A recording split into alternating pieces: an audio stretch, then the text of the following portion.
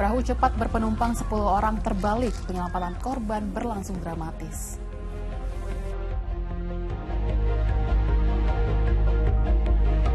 Ibu tenampi meren ya sanksi sosial, Bu. Akibat membuang sampah sembarangan, seorang warga kena sanksi sosial berupa pengembalian sampah.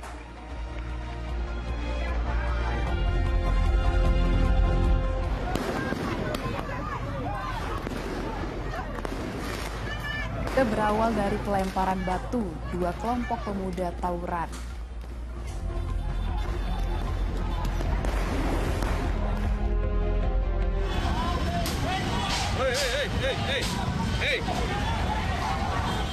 Diduga dipicu pembacokan, dua kelompok ormas terlibat bentrokan.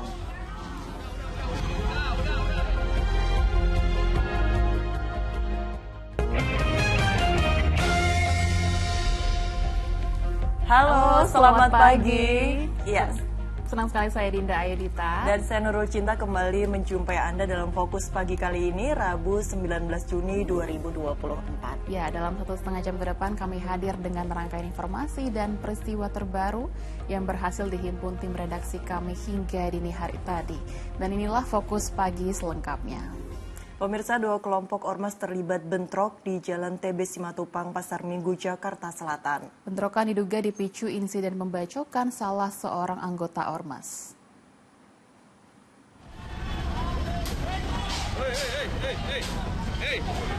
Sejumlah polisi berusaha meredakan bentrokan antara dua ormas di Jalan TB Simatupang, Pasar Minggu, Jakarta Selatan, Selasa sore. Sekelompok ormas menyerang kelompok lainnya yang bertahan di dalam gang di Jalan Asakina Kebagusan. Bentrokan diwarnai aksi saling lempar benda tumpul seperti batu dan balok kayu. Banyaknya warga yang terlibat bentrok membuat petugas dari Polsek Pasar Minggu dan Polres Metro Jakarta Selatan kewalahan. Polisi kemudian memediasi kedua kelompok dan meminta mereka meninggalkan lokasi. Bentrokan diduga dipicu oleh insiden pembacokan seorang anggota ormas yang terjadi pada Senin tengah malam. Polisi kemudian mengamankan seorang terduga pelaku pembacokan ke Polres Metro Jakarta Selatan. Untuk mencegah aksi susulan, sejumlah petugas kepolisian disiagakan. Akibat bentrokan, kemacetan lalu lintas sempat terjadi dari arah Pasar Rebo menuju Ragunan. Muhammad Nur melaporkan dari Jakarta.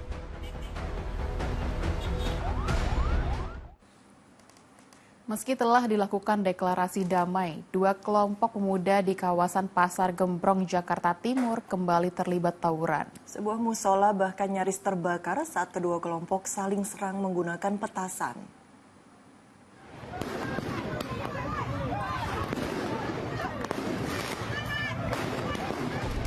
Dua kelompok pemuda saling serang menggunakan petasan dan batu di kawasan Pasar Gembrong, Jatinegara, Jakarta Timur.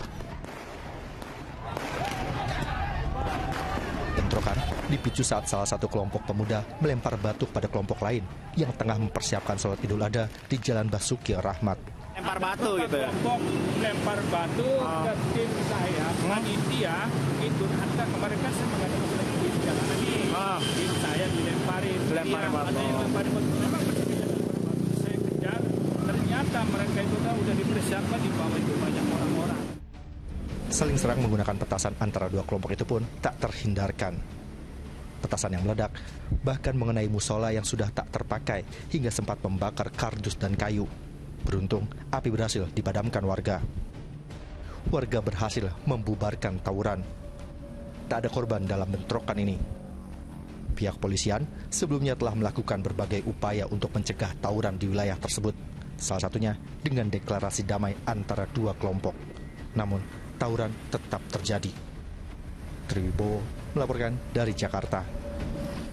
Sekelompok orang merusak pintu gerbang kampus keperawatan di Mojokerto, Jawa Timur. Diduga dualisme kepengurusan yayasan yang menaungi perguruan tinggi menjadi pemicunya.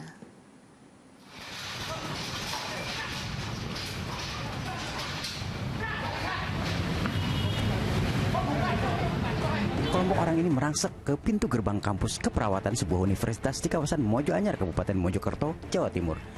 Mereka memaksa masuk area kampus ini dengan mendorong pintu gerbang yang terkunci hingga jebol. Tak hanya itu, karena kesal, mereka juga memburu sejumlah orang yang melarang dan menghalanginya masuk ke area kampus. Bahkan diantaranya ada yang menjadi korban pengeroyokan. Video dugaan perusakan dan pengeroyokan ini pun menggegerkan masyarakat. Pihak universitas melalui pengacaranya sudah melaporkan kasusnya ke polisi. Polisi sudah memprosesnya.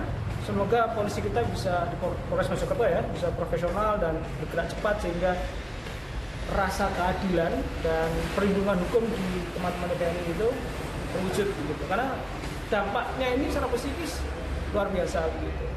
Menebarkan rasa takut, menimbulkan kegaduhan. Sekelompok orang yang merupakan sebuah LSM membantah adanya penganiayaan, pengeroyokan hingga perusakan. Mereka mengakui memaksa masuk area kampus karena dilarang. Hari Rabu itu saya masuk dengan teman-teman kepengurusan Pak Arardi, dihalangi. Orang yang tidak pernah saya kenal selama ini. Ternyata itu keamanan luar yang didatangkan mendadak untuk menghadang saya. Buntut dualisme kepengurusan yayasan yang menaungi perguruan tinggi ini diduga menjadi penyebabnya. Diak Eko Purwoto melaporkan dari Mojokerto, Jawa Timur. Minibus rombongan peziarah Lebaran di Majene, Sulawesi Barat nyaris terjun ke jurang sedalam 6 meter. Kecelakaan terjadi karena diduga sang sopir tidak menguasai medan jalan.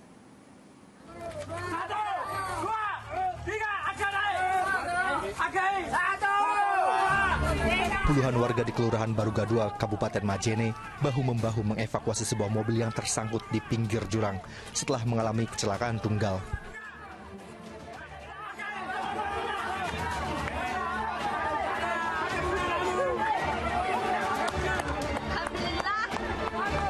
Kecelakaan terjadi saat minibus yang mengangkut rombongan peziarah Lebaran dari arah utara menuju selatan tiba-tiba hilang kendali dan tersangkut di bibir jurang sedalam 6 meter.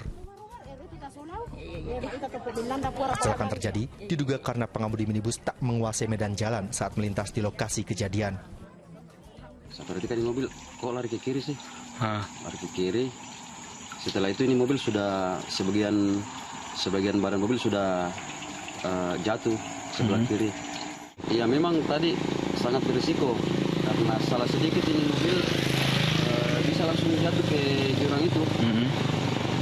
Begitu Pak, jadi itu ya kita dengan lancar. Tidak ada korban dalam kecelakaan ini. Akibat peristiwa ini, mobil mengalami rusak ringan. Rombongan peziarah pun kembali melanjutkan perjalanan setelah mobil mereka berhasil dievakuasi warga. Edi Junaidi melaporkan dari Kabupaten Majene, Sulawesi Barat. Seorang warga negara Italia tewas setelah motor yang dikendarainya terlibat kecelakaan dengan minibus di Banyuwangi, Jawa Timur. Anak korban yang masih berusia 10 tahun terluka parah di bagian kepala dan dilarikan ke rumah sakit. Mati wong. Lah piye entar turis mati ya. Warga di Kecamatan Purwoharjo digegerkan dengan peristiwa kecelakaan maut yang menimpa pengendara motor warga negara Italia. Korban tewas setelah sepeda motor yang dikendarainya menabrak minibus dari arah berlawanan di Jalan Raya Gerajagan. Sementara anaknya yang masih berusia 10 tahun terluka parah di bagian kepala dan langsung dilarikan ke rumah sakit untuk mendapat perawatan medis. Jasad korban tewas langsung dibawa ke kamar jenazah RSUD Blambangan, Banyuwangi Kota.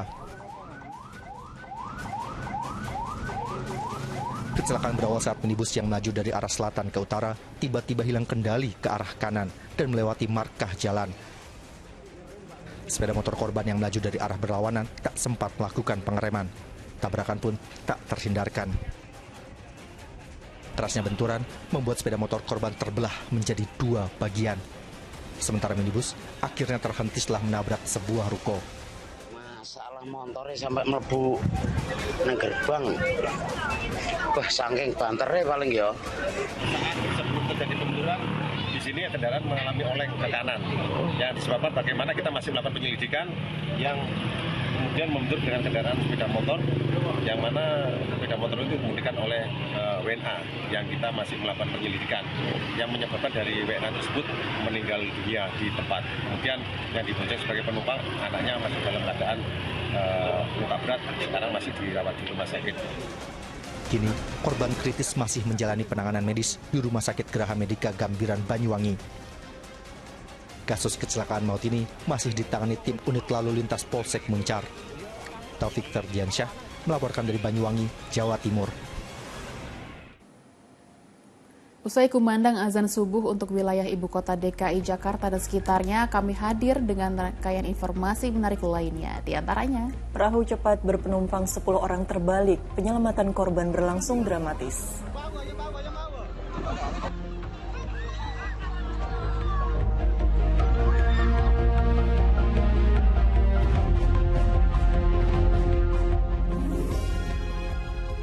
Ibadah sholat subuh bagi Anda warga DKI Jakarta dan sekitarnya. Ya, kita lanjut ke informasi berikutnya, pemirsa. 2 pemotor tewas usai terlibat kecelakaan adu kambing di Jalan Raya Ngawi, Jawa Timur, Selasa malam. Sementara 1 orang yang dibonceng kritis dan langsung dilarikan ke Puskesmas Kauman untuk mendapat perawatan medis.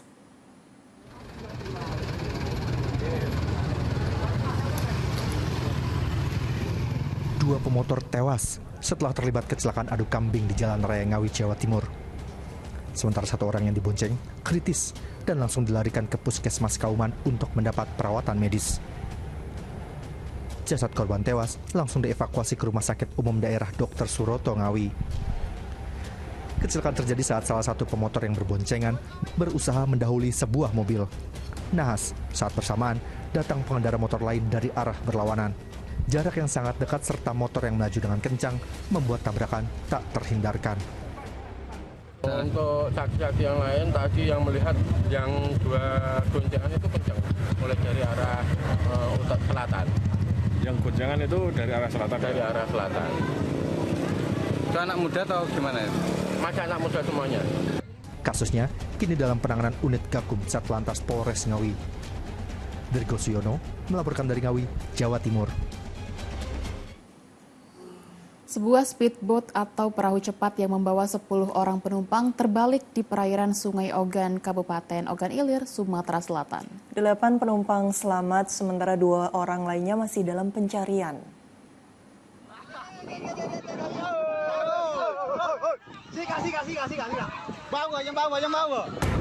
Upaya penyelamatan para korban berlangsung dramatis menyusul perahu cepat atau speedboat yang mengangkut 10 orang penumpang terbalik di Sungai Ogan, tepatnya di Desa Tebing Gerinting, Indralaya Selatan, Kabupaten Ogan Ilir, Sumatera Selatan, Selasa petang. Sejumlah korban tampak bertahan di pinggiran perahu cepat yang terbalik. 8 orang penumpang berhasil selamat. 2 orang penumpang lainnya hilang dan masih dalam pencarian. Terkirap ngepot ini Pak. Jadi ngepot terkirap terkekap kayak ini Terbalik. Terus? Jadi tak acak keluar lah wong dari budak dia budak kami tolong. Aku lah ketanya ini sopir, ada tak cukup tak uangnya? Cukup katanya. Jadi kemana-mana ini sopir kan hilang 2, kawannya hilang di sini. Ada kawan aku hilang 2 dia. Belum diketahui penyebab pasti terjadinya kecelakaan. Sementara tim SAR gabungan hingga Selasa malam masih menggencarkan pencarian terhadap 2 korban yang hilang di Sungai Ogan tersebut. Dedi Irwansah melaporkan dari Kabupaten Ogan Ilir, Sumatera Selatan. Sebuah minibus terseret arus Sungai Krueng Suso sejauh 300 meter di kawasan Blangpidi, Aceh Baradaya, Aceh. Warga berjibaku mengevakuasi kendaraan tersebut.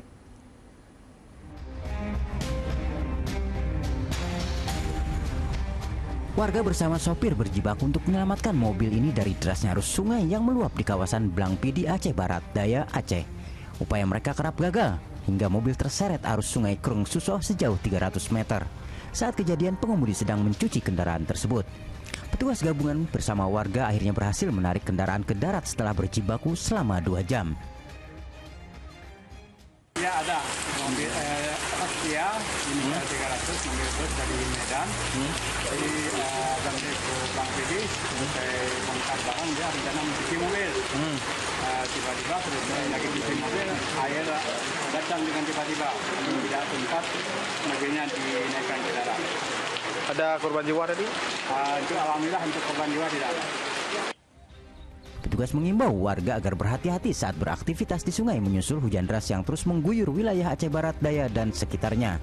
Muhtarudin Yaakob melaporkan dari Aceh Barat Daya, Aceh. Aktivitas erupsi Gunung Lewotobi laki-laki di Kabupaten Flores Timur, Nusa Tenggara Timur mengalami peningkatan. Selain itu, Gunung Merapi di perbatasan Jawa Tengah dan Daerah Istimewa Yogyakarta juga masih mengalami peningkatan aktivitas vulkanis. Kamera pengawas milik Balai Penyelidikan dan Pengembangan Teknologi Kebencanaan Geologi BPPTKG Yogyakarta di salah satu pos pemantauan merekam meluncuran semburan awan panas lava pijar dari puncak kawah Gunung Merapi Selasa malam. Semburan awan panas meluncur sejauh 1.500 meter dari puncak dan mengarah Kali Bebeng. Peningkatan vulkanis yang masih tinggi membuat status level 3 siaga Gunung Merapi hingga kini masih dipertahankan. Masyarakat khususnya yang tinggal di lereng Gunung Merapi diimbau meningkatkan kewaspadaan dengan ancaman potensi semburan susulan.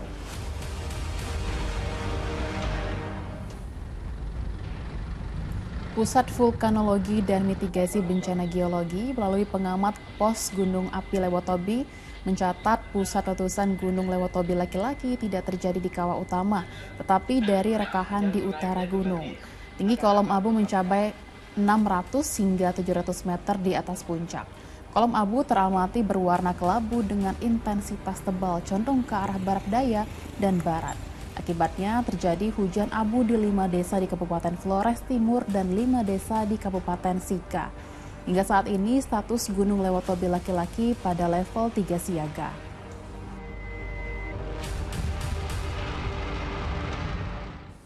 Beralih ke informasi lainnya, 4 santri terluka menyusul sebuah ledakan terjadi di sebuah pondok pesantren di kawasan Patihan Sanden, Bantul, Daerah Istimewa Yogyakarta. Polisi yang selidiki kasusnya menduga ledakan akibat bahan petasan yang kena bara api.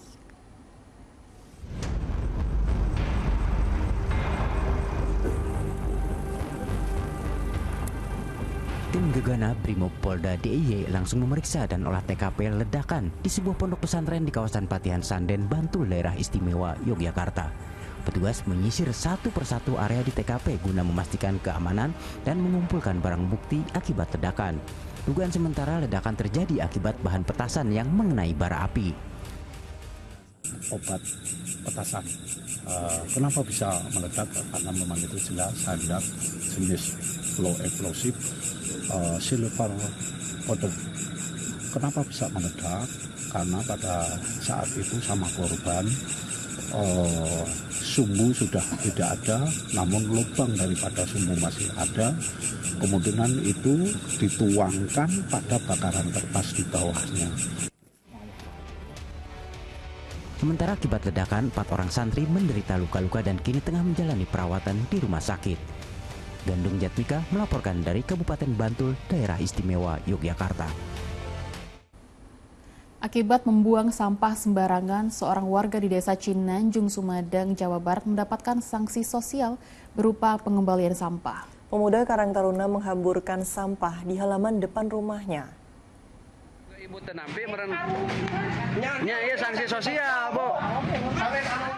Dalam video amatir yang beredar di media sosial, sejumlah pemuda menghamburkan sampah di halaman depan rumah warga.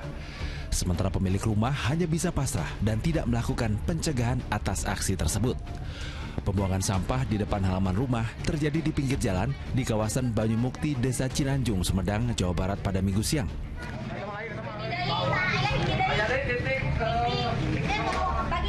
Awalnya, anggota Karang Taruna sekaligus pengurus TPS mendapati tumpukan sampah di pinggir jalan.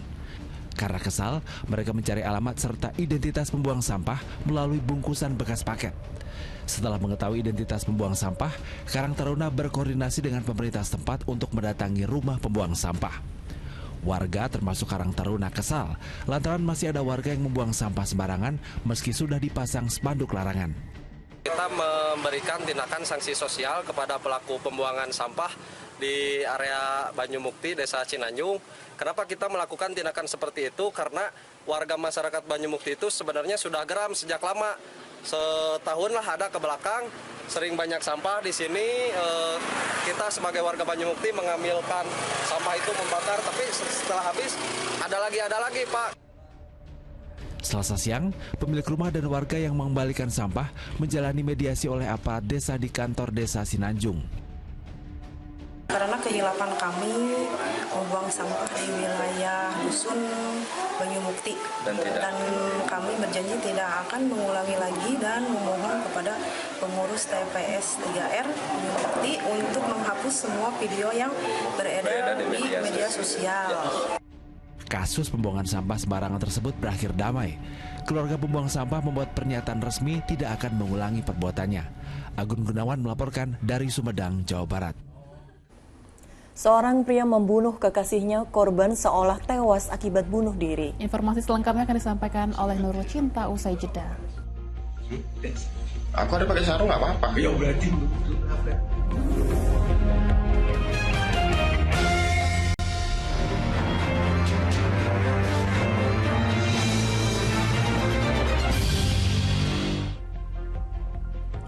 Kerap menimbulkan kemacetan lalu lintas, sejumlah kendaraan yang parkir sembarangan di Kota Prabu Mulih, Sumatera Selatan digembok oleh petugas Dinas Perhubungan. Selain itu, pemilik kendaraan juga dikenai sanksi denda.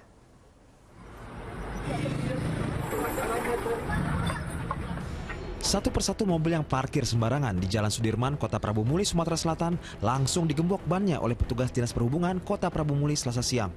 Bahkan, tak sedikit kendaraan yang parkir berlapis di bahu jalan kerap menimbulkan penyempitan jalan dan menimbulkan kemacetan lalu lintas. Selain menggembok ban mobil, petugas juga memberi sanksi denda. Dalam razia ini, petugas menindak sedikitnya 5 kendaraan roda 4. Menindak parkir di badan jalan berlapis, di atas trotoar, dan di badan jalan. Sanksinya itu berupa denda atau tilang, juga penderekan. Meski penertiban parkir liar kerap dilakukan petugas, namun masih ada saja pemilik kendaraan yang membandel. Didi Irwansyah melaporkan dari Prabu Mulih, Sumatera Selatan. Warga di Deli Serdang, Sumatera Utara sempat digegerkan dengan tewasnya wanita yang diduga mengakhiri hidupnya di sebuah rumah. Setelah dilakukan penyelidikan, polisi akhirnya menetapkan seorang pria yang diduga kekasih korban sebagai tersangka. Gantung diri kok pakai sarung apa bisa mati ya? Coba Bapak tes dulu. Tes. Aku ada pakai sarung nggak apa-apa. Ya berarti. Warga desa Seimen Cirim digegerkan dengan tewasnya seorang wanita yang diduga bunuh diri di rumahnya pada 1 Juni lalu. Keluarga korban yang meragukan tindakan bunuh diri tersebut mendesak polisi untuk melakukan otopsi. Setelah lebih dari 2 pekan melakukan penyelidikan, polisi akhirnya menetapkan kekasih korban sebagai tersangka. Penetapan status tersangka didapat berdasarkan hasil otopsi, olah TKP, dan pemeriksaan saksi serta sejumlah barang bukti. Dalam beberapa kali pemeriksaan, tersangka yang sebelumnya berstatus saksi dinilai memberikan keterangan yang tidak konsisten. Dari hasil penyelidikan, tersangka mengaku sempat terlibat cekcok dengan korban saat didesak untuk liburan ke Brastagi. Tersangka yang emosi kemudian menganiaya korban hingga tewas. Setelah menyadari rekan wanitanya tewas, tersangka kemudian mengarang cerita pada warga yang menemukan jasad korban bila rekan wanitanya itu tewas akibat bunuh diri. Juga karena panik mungkin, ya si tersangka ini mencoba merekayasa seolah-olah si korban ini mati gantung diri. Dari tempat tidur, dari kamar mereka di tempat TKP awalnya dicekik, dia coba menyeret ya si korban ini ke dapur kemudian coba berusaha untuk menggantung si korban, tapi nggak sanggup. Akhirnya korban ini letakkan di bawahnya dengan kain sarung yang ada di ruang tamu. Dia ambil, dia gantungkan, kemudian dia laporkan kepada tetangga seolah-olah si korban ini meninggal karena gantung diri. Tersangka telah ditahan di Mapolsek Sunggal dengan pasal 340 tentang pembunuhan berencana dan terancam hukuman maksimal hukuman mati. Tuti Alewiyah Lubis melaporkan dari Medan, Sumatera Utara. Seorang ayah tega membunuh anak kandungnya di Kabupaten Serang, Banten. Nyawa bocah berusia 3 tahun tersebut dihabisi kala tidur bersama ibunya. Rumah di Desa Citaman, Ciomas, Kabupaten Serang, Banten didatangi sejumlah tetangga yang turut berduka atas kematian seorang bocah 3 tahun yang tewas dibunuh ayahnya pada Selasa dini hari. Anak perempuan itu mulanya sedang tidur bersama ayah dan ibunya di dalam kamar. Namun sang ibu seketika menjerit saat terbangun mendapati putrinya bersimbah darah dengan luka di leher. Sementara ayah korban melarikan diri. Itu kita kejar tuh. Ternyata si pelaku masih membawa senjata tajam. Dan senjata tajamnya pun masih berdarah lah. Polisi bersama warga akhirnya menangkap tersangka. Tak ada yang menyangka lantaran pria 30 tahun itu dikenal sebagai sosok ayah yang dekat dengan anaknya. Ayah korban ini sempat melarikan diri namun sekarang sudah diamankan. Untuk motif belum tahu. Cuma kejadian itu pukul 4, kondisi sedang tidur. Selain memeriksa tersangka, polisi akan meminta keterangan sejumlah saksi guna memastikan motif pembunuhan ini. Ariel Maranoes melaporkan dari Kabupaten Serang, Banten. Jasad wanita tanpa busana ditemukan di area makam di Merauke, Papua Selatan.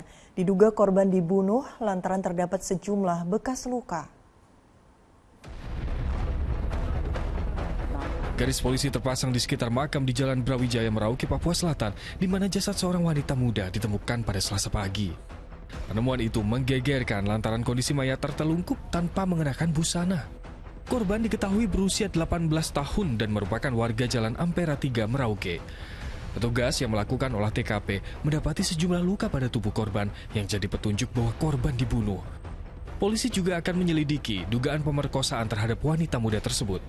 Kita duga pembunuhan karena terdapat luka-luka akibat benda tumpul di kepala korban dan bagian tubuh lainnya. Dan kondisi korban juga dalam kondisi tanpa busana. Jenazah selanjutnya dibawa ke Rumah Sakit Umum Daerah Merauke untuk diautopsi. Muhammad Ridwan melaporkan dari Merauke, Papua Selatan.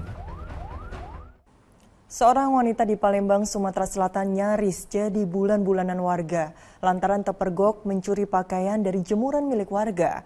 Terduga pelaku rupanya sudah 4 kali melakukan aksi pencurian hingga membuat warga resah.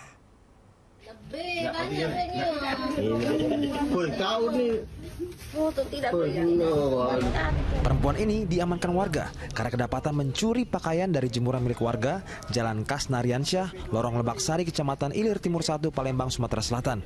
Warga yang geram dengan ulahnya nyaris menghakimi terduga pelaku. Diketahui, terduga pelaku sudah 4 kali melancarkan aksi pencurian pakaian di kawasan tersebut hingga membuat warga resah. Ketika diinterogasi warga, terduga pelaku hanya bungkam. Dari keterangan warga, modusnya terduga pelaku meminta uang ke rumah-rumah warga untuk digunakan membeli makanan. Namun, ketika pemilik rumah lengah, terduga pelaku langsung menggasak pakaian milik warga yang sedang dijemur.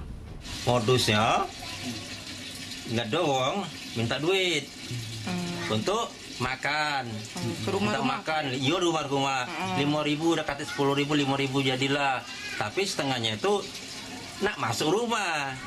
Setelah berkoordinasi dengan petugas Babin Kamtipmas, terduga pelaku kemudian diserahkan ke Dinas Sosial karena kasus pencurian itu tidak dilaporkan ke polisi. Muhammad Ardian Syahputra melaporkan dari Palembang, Sumatera Selatan. 3 pria terekam kamera pengawas mencuri sebuah pagar besi di Makassar, Sulawesi Selatan. Pencurian dilakukan malam hari saat penghuninya sedang tidur. Kamera pengawas di perumahan Bumi Permata Sudiang, Kecamatan Biringkanaya, Makassar, Sulawesi Selatan merekam aksi pencurian yang dilakukan 3 orang pria. 2 orang turun dari motor lalu mencuri besi pagar rumah milik warga. Sedangkan 1 pelaku lainnya memantau situasi. Penghuni rumah baru menyadari pagar rumahnya hilang saat terbangun di pagi hari. Aksi pencurian pagar besi ini baru pertama kali terjadi di kawasan tersebut. Akibat pencurian, korban merugi hingga jutaan rupiah. Baru terjadi. Baru pertama kali. Berarti memang tidak ada yang punya rumah atau bagaimana itu pada saat yang punya rumah ada di dalam. Cuma tidak sadar. Ya, tidak sadar dia tidurnya. Kita ke Jawa Tengah, pengiriman puluhan sepeda motor ilegal digagalkan oleh petugas unit Ranmor Subdit Jatanras Polda Jawa Tengah. Polisi telah mengamankan 2 pria yang terlibat dalam peristiwa itu. mengungkapkan kasus transnasional berupa penggagalan pengiriman puluhan sepeda motor ilegal pada Mei 2024 oleh petugas unit Ranmor Subdit Jatanras Polda Jawa Tengah mendapat apresiasi dari Lembaga Kajian Strategis Kepolisian Indonesia atau LEMKAPI. Penghargaan berupa Piagam Presisi Award diberikan oleh Direktur Eksekutif LEMKAPI, Edi Hasibuan, kepada Direskrimum Polda Jateng, Kombes Pol Johansen Simamora di Mapolda Jawa Tengah. Dalam 2 bulan ini kami terus melakukan pengamatan terhadap kinerja Polda Jawa Tengah, ya, termasuk bagaimana Polda Jawa Tengah mengungkap kasus kemarin sindikat penyeludupan motor, ada 80 motor ya, yang dikirim kepada oleh sindikat ke Vietnam ya.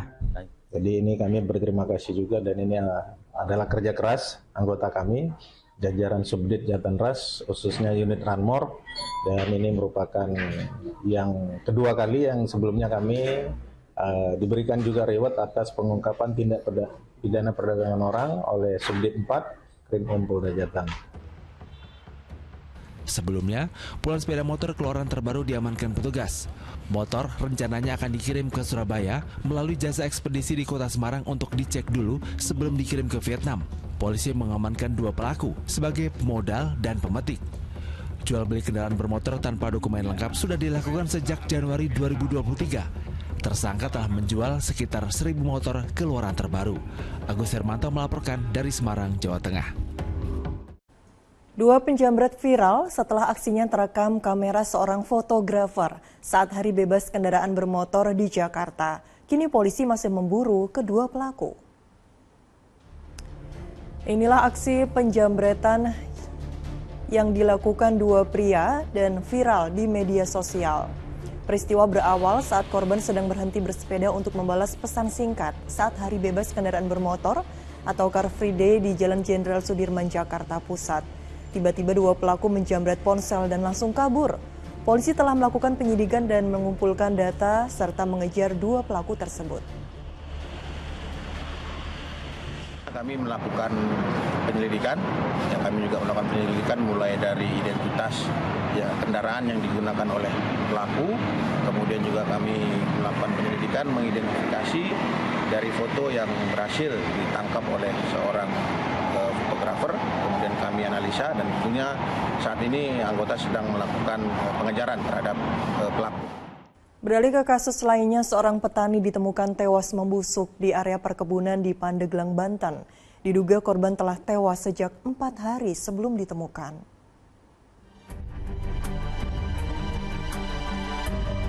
Warga Desa Cimoyan, Kecamatan Patia, Kabupaten Pandeglang, Banten digegerkan dengan penemuan jasad seorang pria yang berprofesi sebagai petani pada Selasa siang.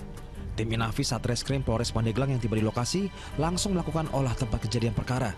Jasad pria berusia 64 tahun itu pertama kali ditemukan oleh warga yang sedang mencari kayu bakar. Jenazah didapati dengan posisi terlentang di area kebun dengan kondisi membusuk. Diduga korban sudah tewas sejak 4 hari lalu.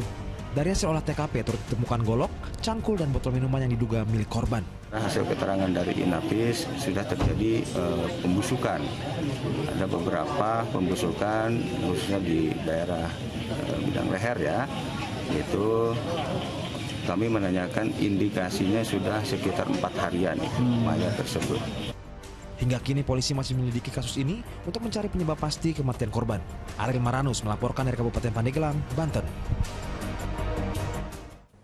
Seorang pria lanjut usia di Kabupaten Pati, Jawa Tengah tewas setelah tercebur sumur rumahnya sedalam 7 meter.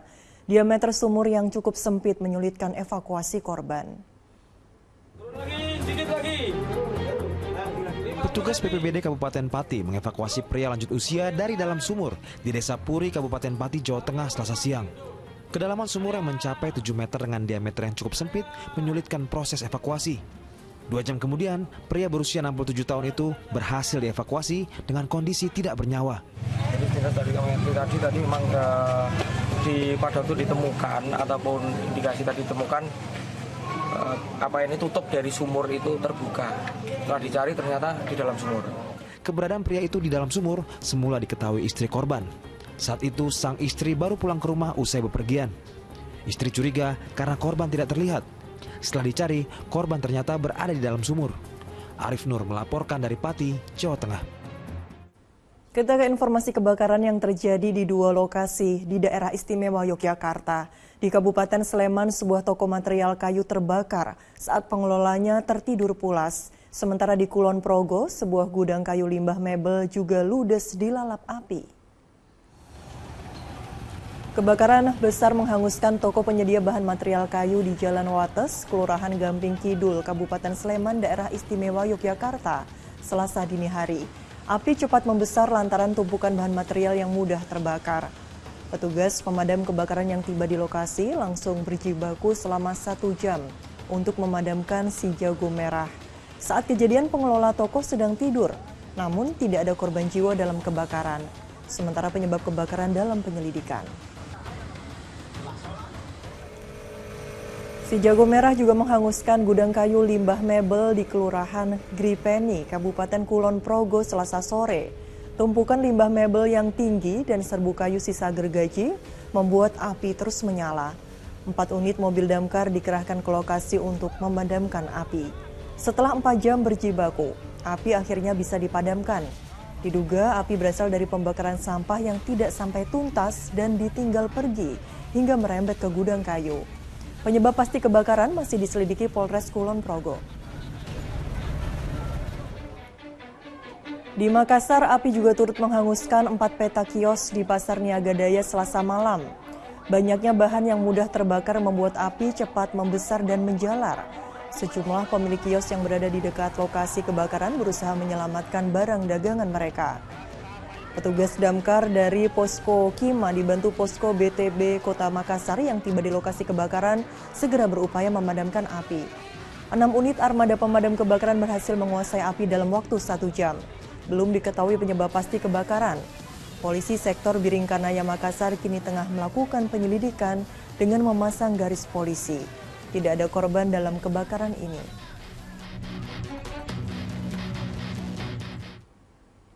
Hari ketiga ibadah haji, jemaah berada di Mina untuk kembali lontar jumrah. Fokus pagi segera kembali sesaat lagi.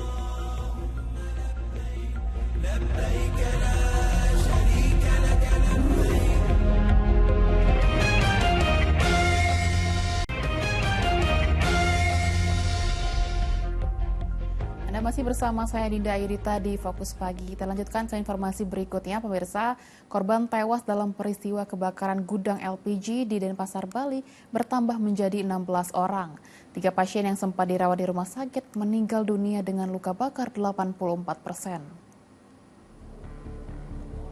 Korban tewas akibat kebakaran gudang LPG di Denpasar, Bali pada 9 Juni lalu kembali bertambah dari sebelumnya 13 orang menjadi 16 orang. Pasien terbaru yang meninggal dunia yakni Diki Panca Ramdhani, 19 tahun, tewas dengan luka bakar 63%.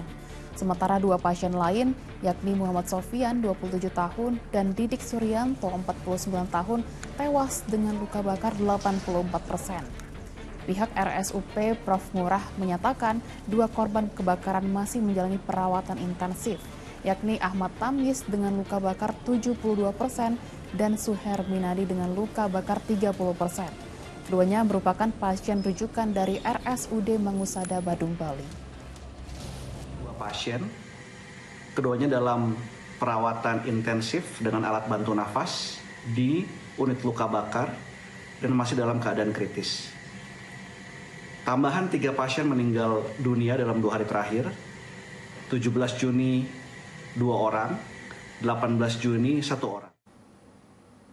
Seorang pengemudi mobil sport tewas setelah kendaraannya menabrak bagian belakang truk di ruas tol dalam kota Mampang, Jakarta Selatan, Rabu dini hari. Korban tewas lantaran terjepit di ruang kemudi.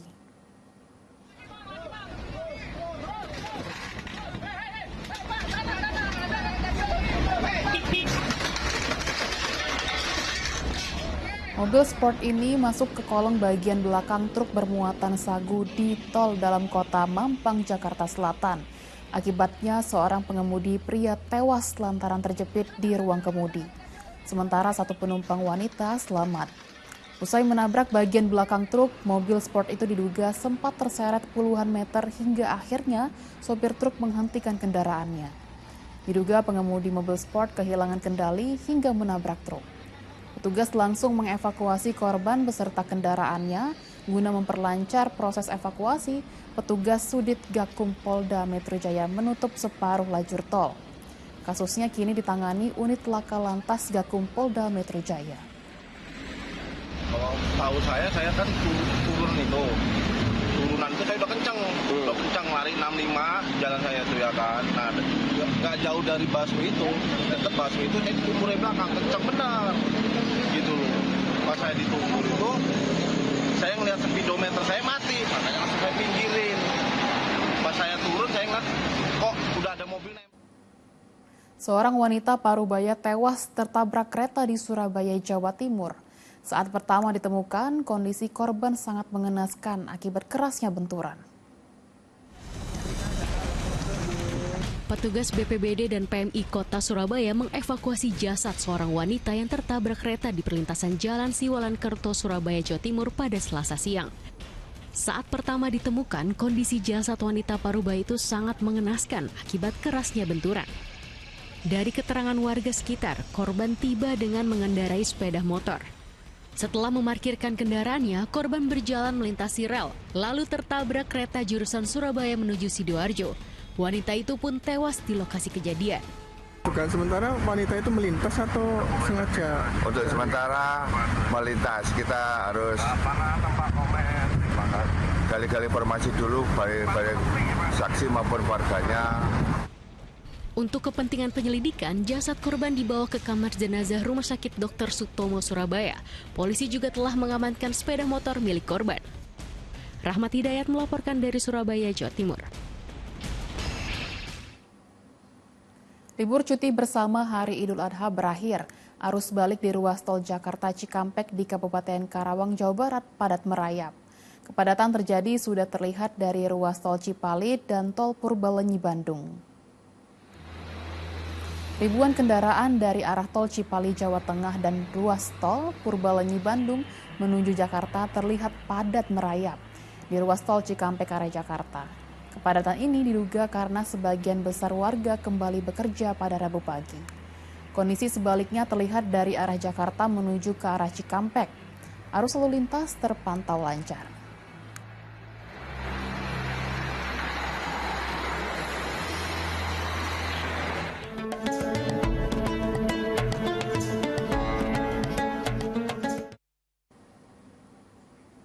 Tanggal 12 Zulhijjah 1445 Hijriah, hari ketiga jemaah haji berada di Mina untuk kembali melontar jamrah. PPIH mengimbau jemaah lanjut usia dan kategori risiko kesehatan tinggi agar mewakilkan lontar jumrahnya kepada sekeluarga atau sesama jemaah atau petugas.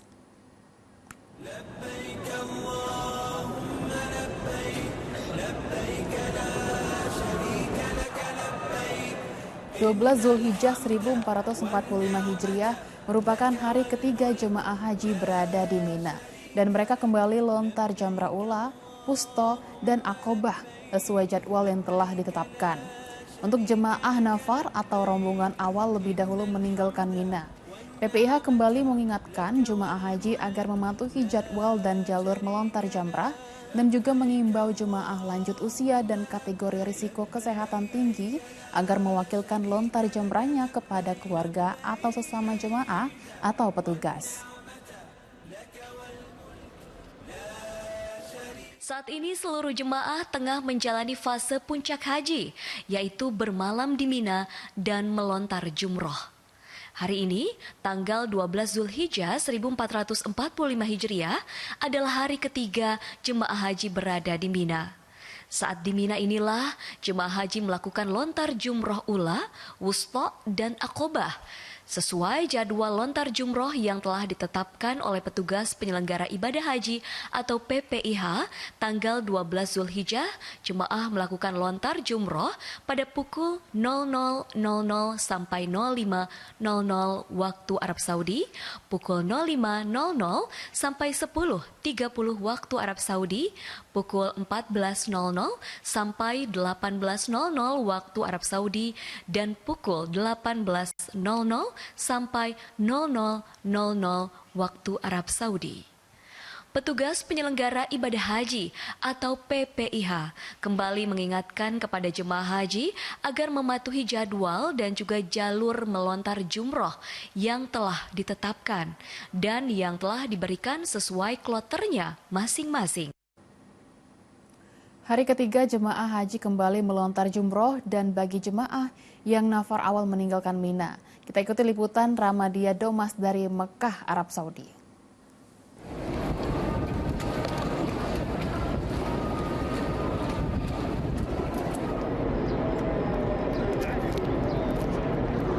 Ya, selamat pagi saudara, bahwa saat ini memang benar kondisi para jemaah sudah mulai meninggalkan Mina satu persatu untuk nantinya melakukan tawaf ifadah di Masjidil Haram Makkah Arab Saudi, termasuk juga para jemaah Indonesia yang juga sudah meninggalkan Mina. Bagi mereka yang memilih untuk melakukan nafar awal, yang ini juga sudah berakhir pada 12 Zulhijjah. Sementara bagi mereka yang memilih untuk melakukan nafar sani yang berakhir pada tanggal 13 Zulhijjah 1445 Hijriah, maka masih berdiam diri di Mina untuk nantinya pada tanggal 13 mereka baru akan meninggalkan Mina dan kembali ke hotel di kawasan Makkah, Arab Saudi. Karena saat ini memang para jemaah daripada Indonesia sudah mulai masuk ke hotel masing-masing di Makkah setelah mereka melakukan rangkaian ibadah haji mulai dari wukuf di Arafah, mabit di Musdalifah, dan juga mabit di Mina selama 3 hari. Dari pemerintah sendiri menegaskan dan juga mengimbau kepada para jemaah untuk tidak memaksakan diri melakukan tawaf ibadah terlebih dahulu, bahwa mereka agar bisa beristirahat terlebih dahulu di hotel masing-masing sebelum akhirnya nanti mereka sudah mulai kembali normal, kembali pulih untuk kondisi kesehatan dan sudah mulai stabil, maka sudah boleh atau dianjurkan untuk bisa mulai melakukan tawaf ifadah. Dan dari pemerintah sendiri juga menegaskan bahwa saat ini karena kondisi cuaca di Makkah menyentuh angka 51 derajat Celcius, maka dari para jemaah diminta untuk tetap di hotel, beribadah dari hotel, sholat berjamaah pun di hotel, dan ini demi menjaga keamanan, kenyamanan dan juga kesehatan para jemaah, karena kita tahu bahwa saat ini angka kematian terus bertambah, di mana terakhir data kematian menyebutkan bahwa 142 jemaah meninggal dunia, yang terbanyak atau 100 lebih jemaah ini meninggal di Makkah Arab Saudi pun juga di Mina.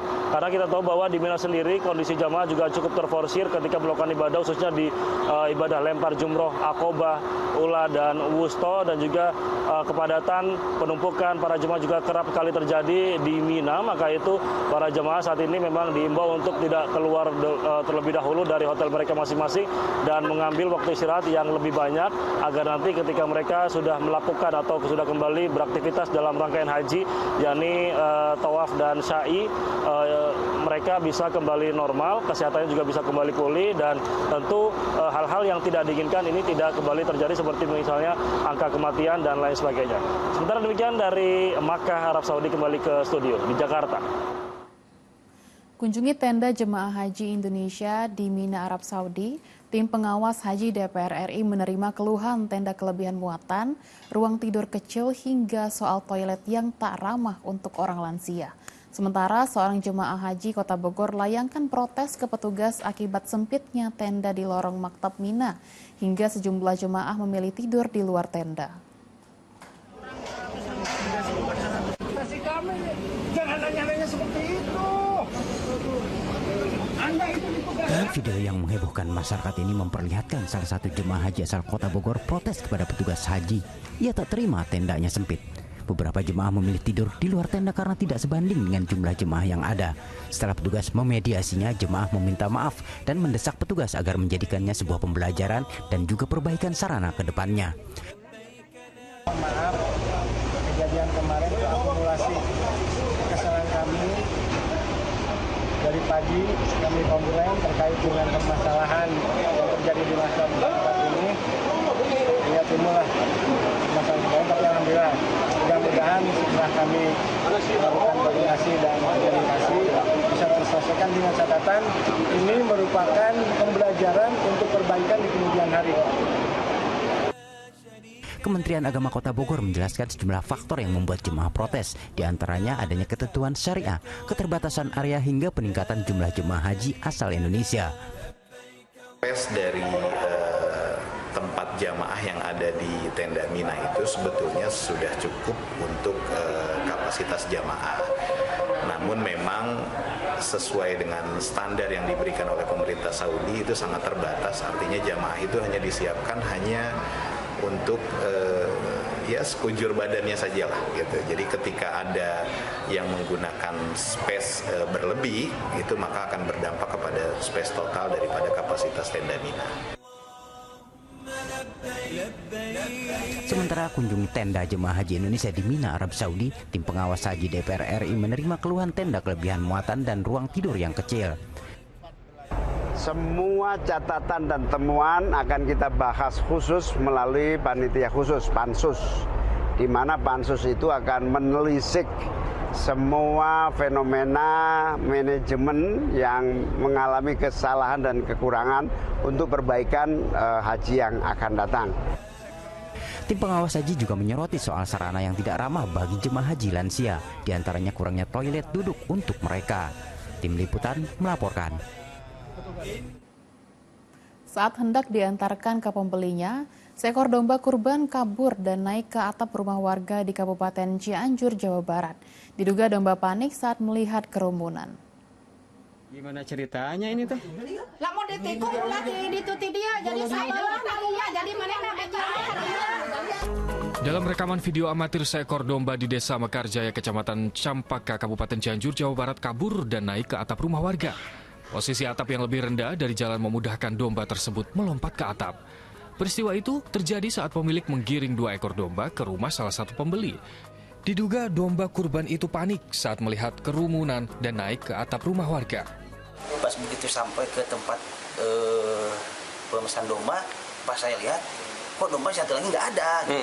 Nah saya bergegas, yang satu disimpan dulu, kembali lagi. Ternyata pas saya lihat, si domba itu udah di atas genting. Meski bertahan beberapa menit di atap rumah, domba yang akan dijadikan hewan kurban akhirnya berhasil diturunkan menggunakan tangga. Rendra Gosali melaporkan dari Kabupaten Cianjur, Jawa Barat. Seorang anggota polisi terluka saat hendak menangkap sapi kurban yang kabur di Tangerang Selatan, Banten. Korban terluka pada bagian dada karena diseruduk sapi. Sapi yang akan dijadikan hewan kurban ini kabur setelah terlepas dari ikatannya di lokasi penyembelihan hewan di Kelurahan Parigi Baru, Kecamatan Pondok Aren, Tangerang Selatan, Banten, Selasa siang. Sapi yang diduga stres itu merusak apa saja yang ditemuinya, termasuk 3 unit sepeda motor yang ada di parkiran. Panitia kurban yang mencoba menangkap justru kewalahan. Polisi dari Polsek Pondok Aren akhirnya turut serta mengejar sapi tersebut. Upaya itu pun tidak berjalan mulus karena sapi terus berlari menjauh dari warga. Seorang polisi yang ikut mengejar terluka pada bagian dada akibat sabetan tanduk sapi. Sempat bahkan nubruk saya. Ya kan, kita sambil ini, ya ini mungkin ya kan, ya nggak apa-apa. Robek nih, nggak apa-apa. Ya yang penting kita melayani masyarakat, jangan sampai warga yang kena korban. Setelah mengejar selama 3 jam, sapi akhirnya berhasil ditangkap dan langsung disembelih sebagai hewan kurban. Syahbudin Atar melaporkan dari Tangerang Selatan, Banten. Saat Idul Adha membawa rezeki tersendiri bagi penjual dan pengepul kulit hewan kurban di Tanah Abang, Jakarta Pusat. Pengepul menjual kulit hewan kurban ke wilayah Cianjur dan Lampung, sedangkan penjual bahagia mendapatkan rezeki dari menjual kulit hewan kurban. Bagi pengepul kulit hewan kurban, Idul Adha adalah saat yang membahagiakan. Mereka akan mendapatkan banyak kulit hewan yang dijual warga. Seperti Ahmad Maulana, pengepul yang berada di Jalan Mas Mansur, Tanah Abang, Jakarta Pusat. Ahmad membeli kulit hewan kurban seperti sapi dan kerbau seharga Rp4.000 per kilogram. Jika sapi putih lebih mahal, seharga Rp7.000 per kilogram. Sedangkan kulit kambing dibeli satuan berkisar Rp50.000 per lembar atau tergantung kondisi. Nantinya kulit-kulit ini akan diolah menjadi makanan dan souvenir. Ini kulit sapi, domba, kambing Jawa bisa tampung. Sama aja Bang ya? Iya. Nanti kemana itu Bang? Siapanya tuh? Kulitnya nanti. Oh nanti dikirim lagi ke, ada yang kirim ke Cianjur, ada yang kirim ke Lampung gitu. Penjual kulit hewan kurban bahagia mendapatkan rezeki tersendiri dari menjual kulit hewan kurban. Daripada tak terpakai kulitnya, lebih baik dijual dan mendapatkan uang. Ya alhamdulillah harganya semua sama rata. Dari semua rata. Karena kita udah langganan sama dia, ya kita sama dia. Berapa Bang harganya Bang? Sekilonya 5.000. Sekilo 5.000? Kalau biasanya 5.000, sekarang lagi turun 4.000. Kulit kambing? Kulit sapi. Pada hari Selasa, pengepul dan penjual sapi menurun pendapatannya jika dibandingkan hari Senin. Pada saat Idul Adha, lebih banyak warga yang melakukan penyembelihan hewan kurban. Abdul Haris melaporkan dari Jakarta. Libur panjang Idul Adha, penumpang kereta Wush tembus lebih dari 80.000 tiket. Selengkapnya kami hadirkan usai jeda.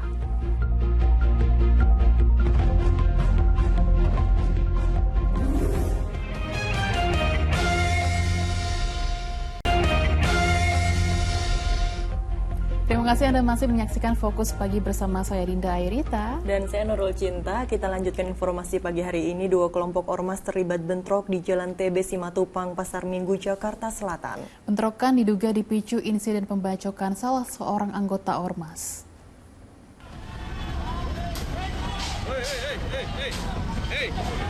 Sejumlah polisi berusaha meredakan bentrokan antara 2 ormas di Jalan TB Simatupang, Pasar Minggu, Jakarta Selatan Selasa sore.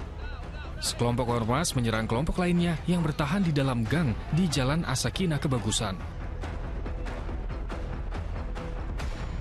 Bentrokan diwarnai aksi saling lempar benda tumpul seperti batu dan balok kayu. Banyaknya warga yang terlibat bentrok membuat petugas dari Polsek Pasar Minggu dan Polres Metro Jakarta Selatan kewalahan. Polisi kemudian memediasi kedua kelompok dan meminta mereka meninggalkan lokasi. Bentrokan diduga dipicu oleh insiden pembacokan seorang anggota ormas yang terjadi pada Senin tengah malam. Polisi kemudian mengamankan seorang terduga pelaku pembacokan ke Polres Metro Jakarta Selatan. Untuk mencegah aksi susulan, sejumlah petugas kepolisian disiagakan. Akibat bentrokan, kemacetan lalu lintas sempat terjadi dari arah Pasar Rebo menuju Ragunan. Muhammad Nur melaporkan dari Jakarta.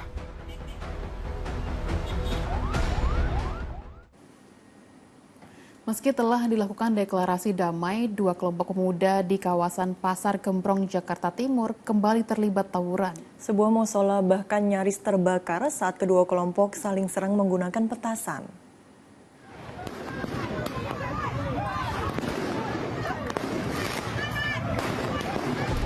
Dua kelompok pemuda saling serang menggunakan petasan dan batu di kawasan Pasar Gembrong, Jatinegara, Jakarta Timur. Dipicu saat salah satu kelompok pemuda melempar batu pada kelompok lain yang tengah mempersiapkan sholat Idul Adha di Jalan Basuki Rahmat.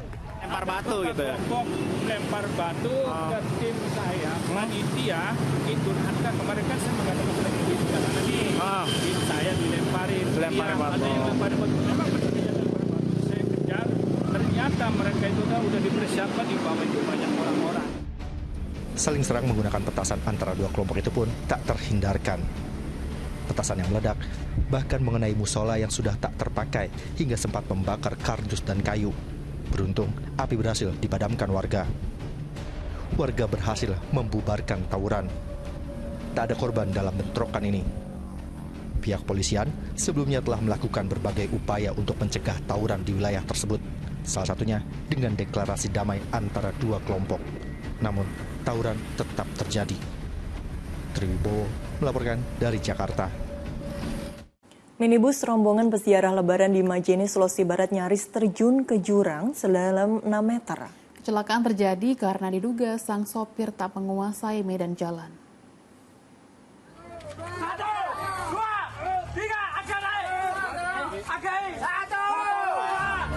Puluhan warga di Kelurahan Baruga 2, Kabupaten Majene, bahu-membahu mengevakuasi sebuah mobil yang tersangkut di pinggir jurang setelah mengalami kecelakaan tunggal.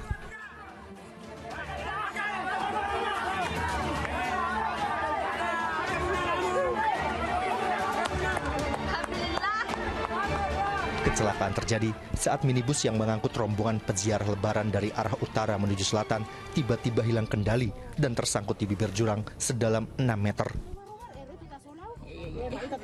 Kecelakaan terjadi diduga karena pengemudi minibus tak menguasai medan jalan saat melintas di lokasi kejadian. Seperti tadi mobil kok lari ke kiri sih? Lari ke kiri. Setelah itu ini mobil sudah sebagian badan mobil sudah jatuh sebelah kiri. Ya memang tadi sangat berisiko karena salah sedikit ini mobil bisa langsung jatuh ke jurang itu. Begitu Pak, jadi itu ya bisa dioperasi dengan lancar. Tidak ada korban dalam kecelakaan ini. Akibat peristiwa ini, mobil mengalami rusak ringan. Rombongan peziarah pun kembali melanjutkan perjalanan setelah mobil mereka berhasil dievakuasi warga. Edi Junaidi melaporkan dari Kabupaten Majene, Sulawesi Barat. Seorang warga negara Italia tewas setelah motor yang dikendarainya terlibat kecelakaan dengan minibus di Banyuwangi, Jawa Timur. Anak korban yang masih berusia 10 tahun terluka parah di bagian kepala dan dilarikan ke rumah sakit. Mati wong. Lah piye entar turis mati ya. Warga di Kecamatan Purwoharjo digegerkan dengan peristiwa kecelakaan maut yang menimpa pengendara motor warga negara Italia. Korban tewas setelah sepeda motor yang dikendarainya menabrak minibus dari arah berlawanan di Jalan Raya Grajagan. Sementara anaknya yang masih berusia 10 tahun terluka parah di bagian kepala dan langsung dilarikan ke rumah sakit untuk mendapat perawatan medis. Jasad korban tewas langsung dibawa ke kamar jenazah RSUD Blambangan, Banyuwangi Kota. Kecelakaan berawal saat minibus yang melaju dari arah selatan ke utara tiba-tiba hilang kendali ke arah kanan dan melewati markah jalan. Sepeda motor korban yang melaju dari arah berlawanan tak sempat melakukan pengereman. Tabrakan pun tak terhindarkan. Kerasnya benturan membuat sepeda motor korban terbelah menjadi 2 bagian. Sementara minibus akhirnya terhenti setelah menabrak sebuah ruko. Masalah motornya sampai mlebu nang gerbang. Wah, saking banternya paling ya. Sebelum terjadi benturan, di sini kendaraan mengalami oleng ke kanan. Yang disebabkan bagaimana kita masih melakukan penyelidikan yang kemudian membentur dengan kendaraan sepeda motor, yang mana sepeda motor itu dikemudikan oleh WNA yang kita masih melakukan penyelidikan, yang menyebabkan dari WNA tersebut meninggal dunia di tempat. Kemudian yang dibonceng sebagai penumpang, anaknya masih dalam keadaan luka berat, sekarang masih dirawat di rumah sakit. Kini, korban kritis masih menjalani penanganan medis di Rumah Sakit Geraha Medika Gambiran, Banyuwangi. Kasus kecelakaan maut ini masih ditangani tim unit lalu lintas Polsek Muncar. Taufik Ferdiansyah melaporkan dari Banyuwangi, Jawa Timur. Sebuah minibus terseret arus Sungai Krueng Susoh sejauh 300 meter di kawasan Blangpi di Aceh Baradaya, Aceh. Warga berjibaku mengevakuasi kendaraan tersebut.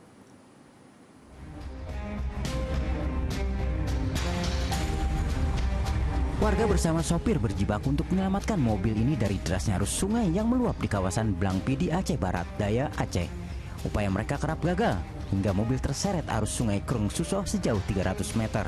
Saat kejadian, pengemudi sedang mencuci kendaraan tersebut. Petugas gabungan bersama warga akhirnya berhasil menarik kendaraan ke darat setelah berjibaku selama 2 jam. Ya, ada mobil Axia ini 300 mobil bus dari Medan. Jadi sampai ke Bang Pidi sampai bongkar barang, dia rencana mencuci mobil. Tiba-tiba terus lagi cuci mobil, air datang dengan tiba-tiba. Tidak sempat mobilnya dinaikkan ke darat. Ada korban jiwa tadi? Alhamdulillah untuk korban jiwa tidak ada. Petugas mengimbau warga agar berhati-hati saat beraktivitas di sungai menyusul hujan deras yang terus mengguyur wilayah Aceh Barat Daya dan sekitarnya.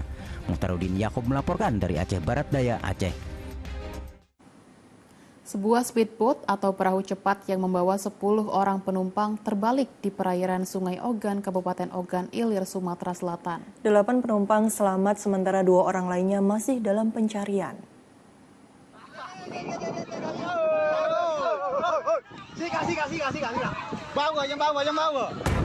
Upaya penyelamatan para korban berlangsung dramatis menyusul perahu cepat atau speedboat yang mengangkut 10 orang penumpang terbalik di Sungai Ogan, tepatnya di Desa Tebing Gerinting, Indralaya Selatan, Kabupaten Ogan Ilir, Sumatera Selatan, Selasa petang. Sejumlah korban tampak bertahan di pinggiran perahu cepat yang terbalik. 8 orang penumpang berhasil selamat. 2 orang penumpang lainnya hilang dan masih dalam pencarian. Terkirap ngepot ini Pak. Jadi ngepot terkirap terkekap kayak ini terbalik. Terus jadi tak acak keluar lah wong jadi budak dia budak kami tolong. Aku lah tanya ini sopir ada tak cukup tak uangnya. Cukup katanya. Jadi kemana-mana sopir kan hilang 2 kawannya hilang di sini. Ada kawan aku hilang 2 dia. Belum diketahui penyebab pasti terjadinya kecelakaan. Sementara tim SAR gabungan hingga Selasa malam masih menggencarkan pencarian terhadap 2 korban yang hilang di Sungai Ogan tersebut. Dedi Irwansyah melaporkan dari Kabupaten Ogan Ilir, Sumatera Selatan. Aktivitas erupsi Gunung Lewotobi Laki-Laki di Kabupaten Flores Timur, Nusa Tenggara Timur mengalami peningkatan. Selain itu, Gunung Merapi di perbatasan Jawa Tengah dan Daerah Istimewa Yogyakarta juga masih mengalami peningkatan aktivitas vulkanis. Kamera pengawas milik Balai Penyelidikan dan Pengembangan Teknologi Kebencanaan Geologi BPPTKG Yogyakarta di salah satu pos pemantauan merekam peluncuran semburan awan panas lava pijar dari puncak kawah Gunung Merapi Selasa malam. Semburan awan panas meluncur sejauh 1.500 meter dari puncak dan mengarah Kali Bebeng. Peningkatan vulkanis yang masih tinggi membuat status level 3 siaga Gunung Merapi hingga kini masih dipertahankan. Masyarakat khususnya yang tinggal di lereng Gunung Merapi diimbau meningkatkan kewaspadaan dengan ancaman potensi semburan susulan. Pusat Vulkanologi dan Mitigasi Bencana Geologi melalui pengamat pos Gunung Api Lewotobi mencatat pusat letusan Gunung Lewotobi Laki-Laki tidak terjadi di kawah utama, tetapi dari rekahan di utara gunung. Tinggi kolom abu mencapai 600 hingga 700 meter di atas puncak. Kolom abu teramati berwarna kelabu dengan intensitas tebal, condong ke arah barat daya dan barat. Akibatnya terjadi hujan abu di 5 desa di Kabupaten Flores Timur dan 5 desa di Kabupaten Sika. Hingga saat ini status Gunung Lewotobi Laki-Laki berada pada level 3 siaga.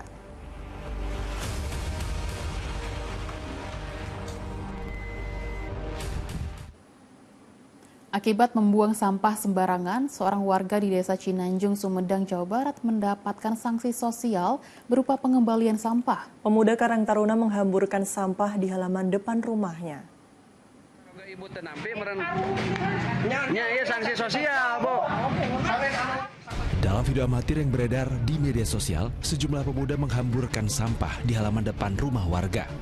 Sementara pemilik rumah hanya bisa pasrah dan tidak melakukan pencegahan atas aksi tersebut. Pembuangan sampah di depan halaman rumah terjadi di pinggir jalan di kawasan Banyumukti, Desa Cinanjung, Sumedang, Jawa Barat pada Minggu siang.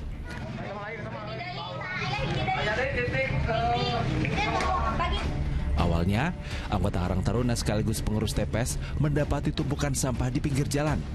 Karena kesal, mereka mencari alamat serta identitas pembuang sampah melalui bungkusan bekas paket. Setelah mengetahui identitas pembuang sampah, Karang Taruna berkoordinasi dengan pemerintah setempat untuk mendatangi rumah pembuang sampah. Warga termasuk Karang Taruna kesal, lantaran masih ada warga yang membuang sampah sembarangan meski sudah dipasang spanduk larangan. Kita memberikan tindakan sanksi sosial kepada pelaku pembuangan sampah di area Banyumukti, Desa Cinanjung. Kenapa kita melakukan tindakan seperti itu? Karena warga masyarakat Banyumukti itu sebenarnya sudah geram sejak lama. Setahun lah ada ke belakang, sering banyak sampah di sini. Kita sebagai warga Banyumukti mengambilkan sampah itu membakar, tapi setelah habis ada lagi Pak. Selasa siang, pemilik rumah dan warga yang mengembalikan sampah menjalani mediasi oleh aparat desa di kantor Desa Cinanjung.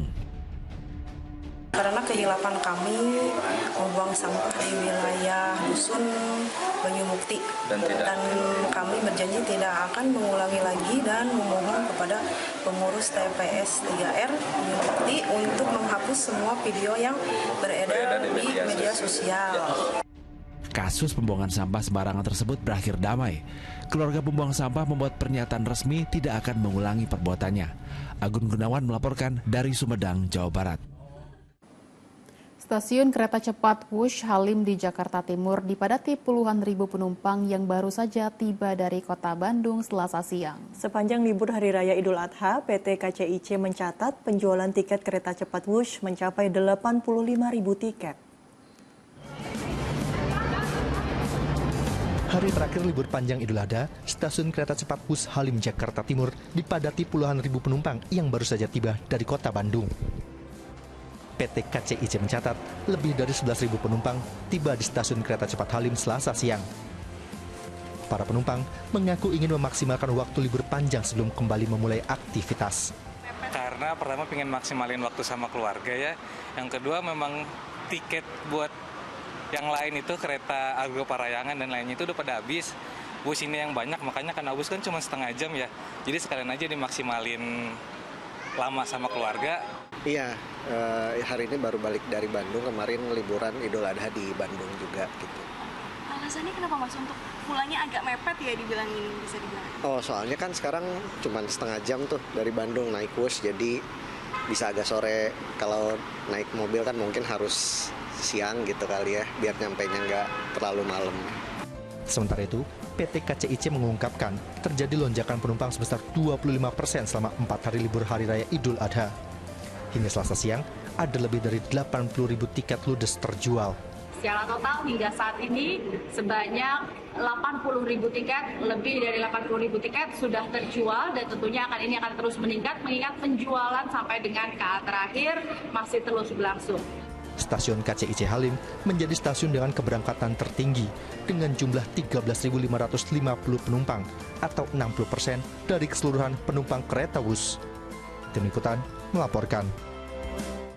Kita ke informasi lainnya, turnamen sepak bola Asian U16 Boys Championship 2024 atau yang sebelumnya bernama Piala AFF U16 akan mulai bergulir di Solo akhir pekan ini. Ya, sebagai tuan rumah Timnas U16 Indonesia dijadwalkan tampil dalam laga pembuka melawan Singapura di Stadion Manahan Solo Jumat 21 Juni 2024.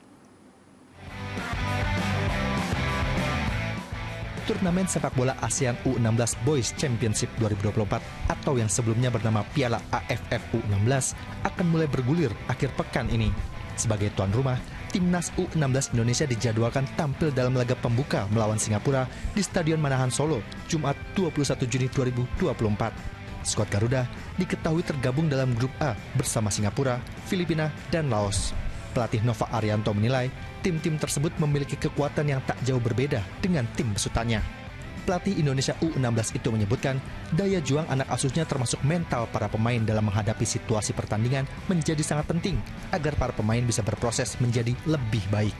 Timnas U16 Indonesia telah memulai persiapan dengan menggelar pemusatan latihan di Yogyakarta sejak April lalu. Kegiatan tersebut sekaligus menjadi ajang seleksi bagi Nova untuk menentukan 23 nama pemain yang akan membela Garuda Muda. Asisten pelatih Sintayong di timnas senior itu mengaku cukup sulit memilih pemain untuk timnas U16 karena minimnya data yang dimiliki. Meski begitu, ia memastikan seluruh nama yang nantinya bakal muncul dalam skuad final merupakan pilihan terbaik, bukan berdasarkan titipan. ASEAN U16 Boys Championship bakal berlangsung mulai 21 Juni hingga 3 Juli 2024. Ajang 2 tahunan itu diselenggarakan di 2 stadion di Solo, yakni Stadion Manahan dan Stadion Sriwedari. Pertandingan Timnas U16 Indonesia akan disiarkan Indosiar dan platform streaming video. Tim Liputan melaporkan. Dukung dan saksikan bintang-bintang masa depan sepak bola Indonesia dalam Asian U16 Boys Championship Indonesia versus Singapura Jumat 21 Juni pukul 19.00 waktu Indonesia Barat. Live dari Stadion Manahan Surakarta eksklusif di Indosiar dan video. Kita ke informasi selanjutnya, Copa America 2024 segera berlangsung 21 Juni sampai 15 Juli 2024 dan Amerika Serikat menjadi tuan rumah. Gelar perhelatan itu akan berlangsung di 14 kota negeri Paman Sam dengan Argentina versus Kanada menjadi laga pembuka.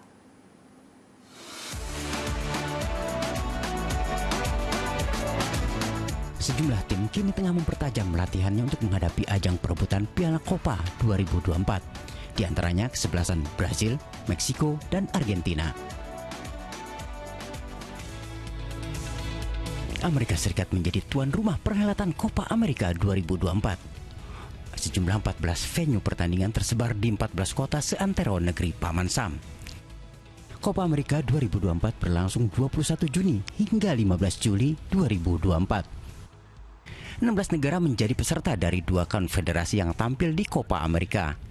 Rinciannya 10 tim dari CONMEBOL dan 6 tim dari CONCACAF.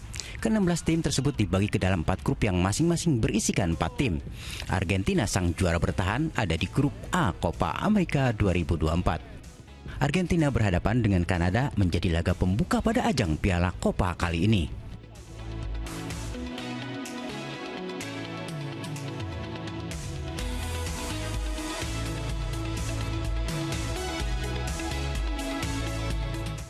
Tim Liputan melaporkan. 2 hari lagi saksikan Copa America USA 2024 mulai 21 Juni sampai 15 Juli 2024 Rocking the Continent pukul 4.30 waktu Indonesia Barat, 6.30 waktu Indonesia Barat, dan 7.30 waktu Indonesia Barat. Live eksklusif di Indosiar dan video. Dan pemirsa, laporan tadi menutup kebersamaan kita dalam Fokus Pagi hari ini. Dan usai Fokus Pagi, jangan lewatkan untuk menyaksikan program Magic 5. Mewakili tim redaksi dan kerabat kerja yang bertugas, saya Nurul Cinta. Dan saya Dinda Edita, pamit undur diri dan sampai jumpa.